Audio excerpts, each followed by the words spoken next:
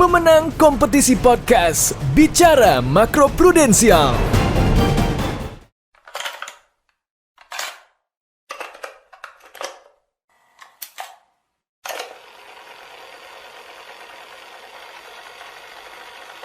Baik, sehat-sehat terus di sana Rane, teman-teman Bank Indonesia. Terima kasih dan juga buat kamu teman-teman yang akan mengikuti lomba podcast ini.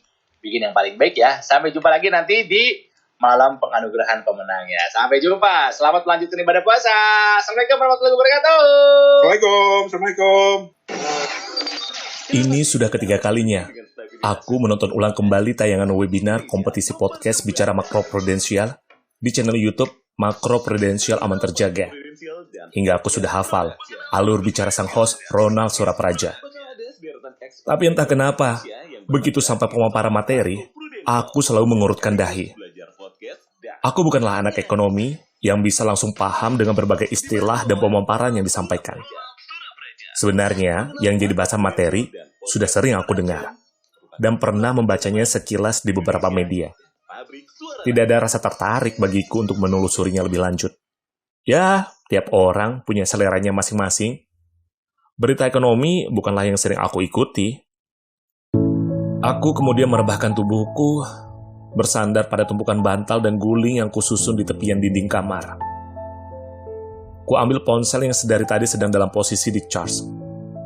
Jemariku membuka browser dan memasukkan kata kunci kebijakan makro prudensial.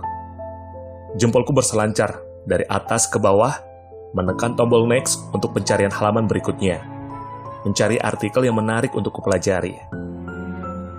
Gara-gara nonton video webinar ini berulang kali dan baca beberapa artikel berita yang saling berkaitan, aku pun mulai sedikit demi sedikit memahami. Ya, masih sedikit bagiku yang masih awam ini. Paling tidak, aku mulai mengerti bahwa menjaga stabilitas keuangan negara itu bukan hanya tugas pemerintah saja. Bahkan aku, kamu, kita semua juga berperan di dalamnya.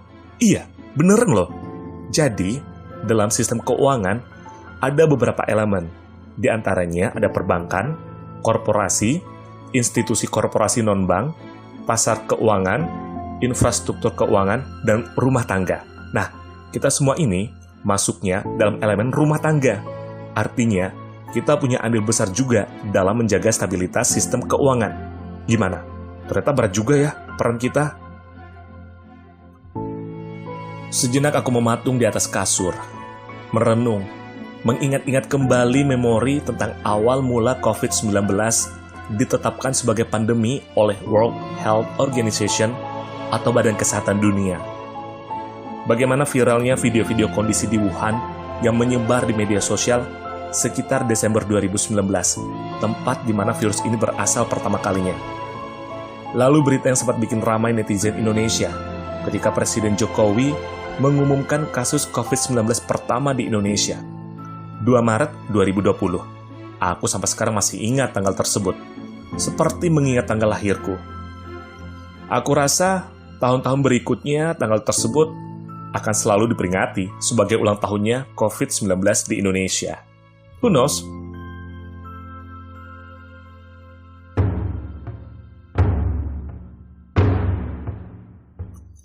Gara-gara COVID-19, satu persatu sektor mulai terdampak. Terutama yang selalu jadi bahasan berita adalah sektor kesehatan dan ekonomi. Kebijakan-kebijakan mulai diberlakukan dan selalu berubah-ubah menyesuaikan keadaan terkini. Lockdown, PSBB, hingga PPKM Mikro. Cara apa saja dicoba. Wajar aja, karena tiap negara, tiap daerah, punya demografis yang berbeda-beda, sehingga tidak ada satu formula pasti yang bisa diterapkan dan terbukti jitu.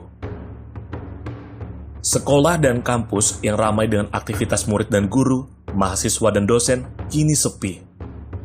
Mereka lalu bertemu dan belajar secara virtual.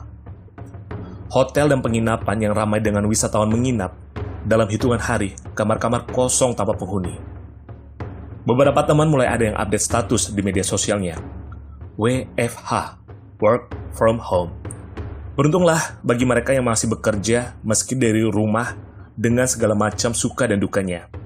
Sementara yang lain hanya di rumah saja, merenung dan berpikir untuk bangkit kembali setelah mengalami PHK. Kejadian ini sedikit kembali mengingatku pada krisis ekonomi 1998 yang melanda negara-negara di Asia. Kala itu, PHK menjadi kata yang sering disebutkan di berbagai media dan jadi topik utama di mana-mana. Sepanjang tahun 2020 lalu, satu kata yang selalu berseliweran di mana-mana adalah resesi. Ya, akhirnya Indonesia masuk jurang resesi setelah Badan Pusat Statistik mengumumkan pertumbuhan ekonomi Indonesia minus 5,32% pada kuartal 2, minus 3,49% pada kuartal 3. Dan dampak resesi ekonomi pun langsung terasa dengan berkurangnya lapangan pekerjaan dan meningkatnya angka kemiskinan. Sedih banget melihat apa yang terjadi gara-gara virus corona ini. Aku pun menenggak botol minumanku, mengambil beberapa kue kering yang kudapatkan dari teman sebagai hampers lebaran. Izinkan aku untuk rehat sejenak.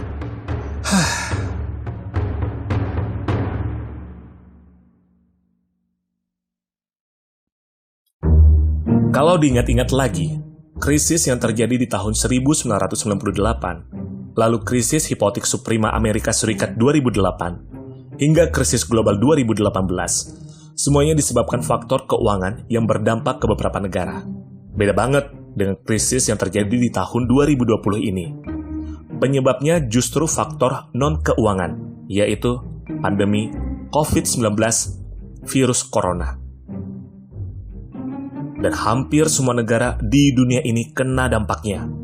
Kalau sudah seperti ini, diperlukanlah mitigasi risiko yang cepat dan tepat untuk menjaga stabilitas ekonomi dunia.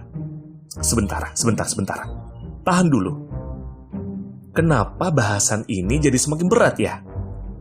Padahal sebelumnya, aku benar-benar menghindari baca artikel yang terkait dengan penanganan dan pemulihan akibat pandemi COVID-19. Aku tipe orang yang percaya saja pada pemerintah bahwa mereka akan mengambil keputusan dan kebijakan yang tepat serta yang terbaik untuk negara tercinta kita, Indonesia. Tapi kalau dipikir-pikir, tidak ada salahnya juga jika kita mempelajarinya meski hanya kulitnya saja. Apalagi kita punya andil besar menjaga stabilitas keuangan negara sebagai elemen rumah tangga. Jika kamu merasakan bagaimana dampaknya krisis ekonomi 1998, artinya kita masih satu generasi. Krismon, kebijakan moneter, kebijakan fiskal. Sering banget kita dengarkan waktu itu di berita-berita radio, koran, dan televisi.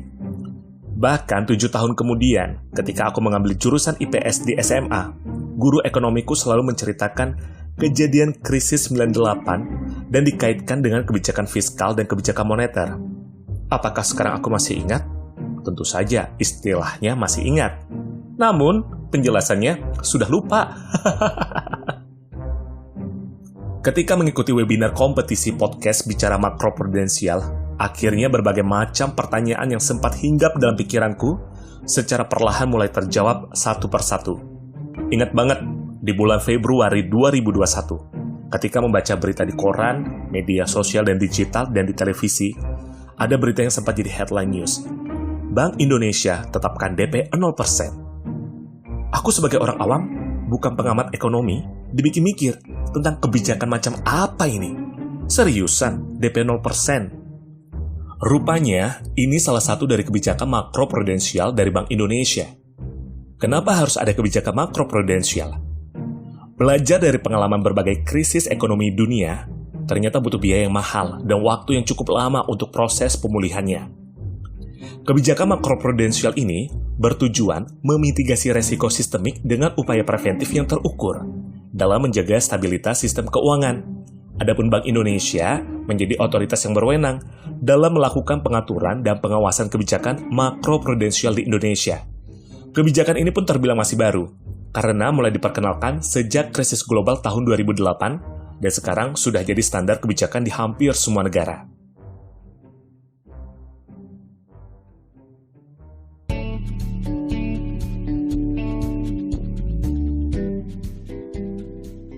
H-7 jelang penutupan bicara makroprudensial podcast competition. aku masih berkutat dengan pilihan subtema mana yang akan kuambil. Dari 3 subtema yang ada, bagiku semuanya berat untuk dijadikan pembahasan dalam podcastku. Ya, itulah kesan pertama yang kurasakan. Namun, ketika mulai mempelajari, membaca, memahami secara perlahan-lahan, aku pun mulai sedikit mengerti tentang kebijakan makroprudensial dengan stabilitas sistem keuangan. Salah satunya dengan kebijakan keringanan DP 0% yang dikeluarkan oleh Bank Indonesia. Kalau kamu masih ingat, tahun 2020 benar-benar tahun terpuruk bagi semua negara, termasuk Indonesia. Kini, di tahun 2021, saatnya mulai bangkit, berbenah demi memulihkan satu persatu sektor yang terdampak COVID-19. Pada bulan Februari 2021, Gubernur Bank Indonesia, Peri Warjio mengesahkan penerapan kebijakan uang muka atau DP 0% untuk kredit kendaraan bermotor. Insentif ini disebut sebagai bagian dari sinergi Komite Stabilitas Sistem Keuangan untuk meningkatkan pembiayaan dunia usaha. Salah satu tujuannya untuk mendorong pertumbuhan kredit di sektor otomotif dengan memperhatikan prinsip kehati-hatian. Apalagi saat pandemi, sektor otomotif sempat mengalami kemerosotan tajam. Dengan adanya kebijakan ini, masyarakat tidak perlu lagi menyediakan uang muka jika ingin membeli mobil atau motor baru secara kredit. Kamu bisa mengalokasikan uang muka tersebut untuk kebutuhan lain yang mendesak. Apalagi kalau ada kendaraan yang sudah lama kamu incar. Kemarin-kemarin, kamu masih nabung dulu buat bayar DP-nya di awal.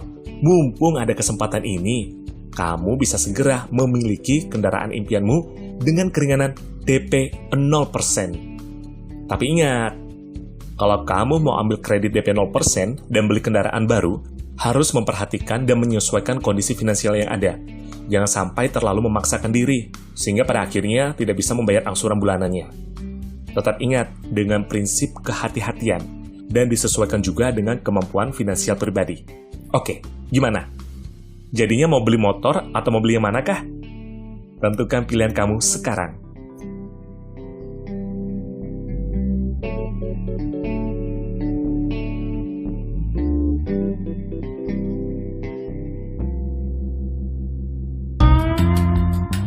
Baiklah, kalau kamu merasa lagi nggak butuh kendaraan baru, bagaimana dengan penawaran rumah baru dengan keringanan yang sama? Relaksasi ini berlaku untuk semua jenis properti, mulai dari rumah tapak, rumah susun, ruko, dan rukan. Jika sebelumnya BI mengubah ketentuan rasio uang muka kredit rumah, loan to value LTV kredit, dan pembiayaan properti dari semula 85% sampai 90%, maka sekarang menjadi 100%. Artinya, pembelian rumah yang semula memerlukan uang muka atau down payment sebesar 10% sampai 15% kini bebas DP. Gimana? Apakah kamu tertarik menambah asetmu? Beberapa di antara kamu mungkin punya pertanyaan yang sama seperti aku. Kenapa kebijakan ini yang dipilih? Aku pun mencari tahu dari beberapa informasi yang kutelusuri. Dilansir dari CNN Indonesia, Asisten Gubernur Departemen Kebijakan Makroprudensial, Juda Agung menyebutkan bahwa stimulus ini dikeluarkan untuk mendorong konsumsi yang masih rendah. Padahal, tabungan perseorangan, khususnya kelompok masyarakat kaya, justru mengalami pertumbuhan di tengah pandemi COVID-19. Kelompok tabungan di atas 2 miliar rupiah mengalami kenaikan 21,27% pada Desember 2020. Karena itulah, dengan stimulus plus pemangkasan suku bunga acuan, pihaknya berharap uang tabungan akan dialihkan dalam bentuk aset lainnya. Salah satu bentuk investasi yang dilirik adalah properti. Kenapa dua sektor ini yang diberikan relaksasi? Seperti penjelasan Mbak Rani Wijayanti di webinar Bicara Makroprudensial, bahwa otomotif dan properti dinilai sebagai sektor potensial yang mampu membantu momentum pemulihan ekonomi. Dua sektor ini punya kontribusi terhadap pertumbuhan ekonomi tinggi, jumlah tenaga kerja yang banyak, keterkaitan dengan sektor lain yang tinggi, dan pangsa ekspor dan kredit besar.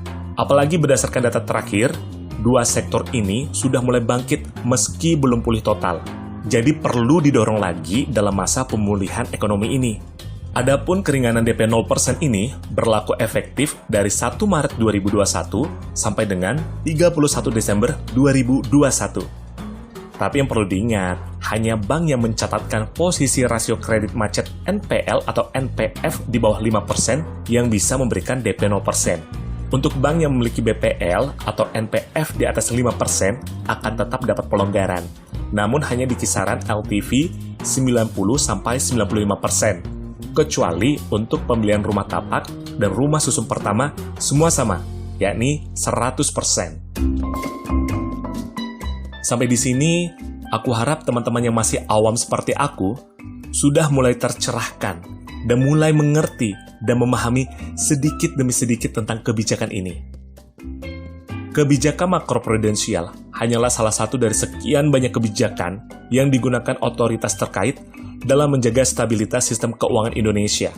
Selain itu, masih ada kebijakan-kebijakan lainnya seperti kebijakan fiskal, moneter, dan mikroprudensial yang dikeluarkan oleh Kementerian Keuangan, lembaga penjamin simpanan, dan otoritas jasa keuangan yang tergabung dalam Komite Stabilitas Sistem Keuangan bersama Bank Indonesia.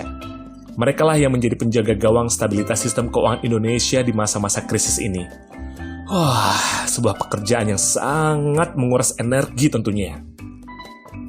Aku saja yang hanya membaca dan mempelajari artikelnya sudah dibuat pusing yang melebihi 7 keliling. Meski kita bukan anak jurusan ekonomi, bukan pengamat ekonomi, apalagi ahli ekonomi, yang terpenting kita pernah belajar tentang ekonomi waktu masih sekolah dulu. Dan sekarang, kita seperti mengulang lagi pelajaran ekonomi di masa-masa SMA. Paling tidak, jika ada pertanyaan tentang apa itu kebijakan makroprudensial, kenapa ada DP 0%, bisalah kita menjelaskan kepada teman-teman awam lainnya. Kalau sama anak ekonomi, aku yakin mereka sudah lebih paham dan sudah pernah mempelajarinya di waktu kuliah dulu. Sekarang, bulan Mei tinggal menghitung hari. Keringanan kredit dari Bank Indonesia ini masih berlaku sampai akhir tahun 2021 ini. Masih ada waktu untuk mempertimbangkan kembali keputusan mana yang akan kamu ambil. Beli kendaraan baru karena sudah lama mengincarnya, atau beli rumah baru untuk investasi aset. Namun yang terpenting saat ini adalah bersama-sama kita mendoakan yang terbaik untuk dunia yang tengah berjuang dan bangkit dari keterpurukan akibat pandemi COVID-19, khususnya di negara tercinta kita, Indonesia. Dengan berbagai upaya yang dilakukan oleh pemerintah di segala bidang, kita optimis Indonesia pasti bisa bangkit kembali. Amin. Tentunya, kita sudah rindu bekerja di kantor sambil bergosip kala jam istirahat, rindu dengan teriakan anak-anak di sekolah saat mendengar bel jam istirahat dan pulang sekolah, rindu dengan suasana kampus, bolak-balik revisi skripsi, foto-foto wisuda bersama teman-teman seperjuangan, rindu berlibur dan menginap di hotel, rindu bisa berjabat tangan dan memeluk erat saat bertemu dengan kawan lama. Namun, tetap ingat untuk selalu menerapkan pola hidup bersih dan sehat dengan selalu mencuci tangan sebelum makan. Aku yakin kamu juga punya harapan yang sama bahwa waktu itu akan segera tiba dalam waktu dekat ini, di saat kita mulai diinstruksi untuk melepaskan masker ketika berkegiatan sehari-hari.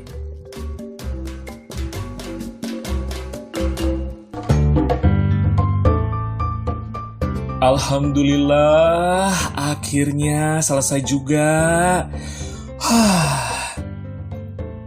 Meski awalnya aku merasa berat dengan tema kompetisi ini, ketika aku berusaha untuk mengenalnya, beradaptasi dan mempelajarinya, kini aku pun mulai sedikit demi sedikit memahaminya.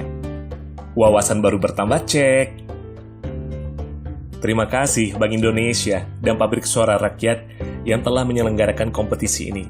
Terima kasih teman-teman yang sudah mendengarkan sampai akhir durasi episode ini. Sampai jumpa lagi di pertunjukan lakon tunggal berikutnya. Bye.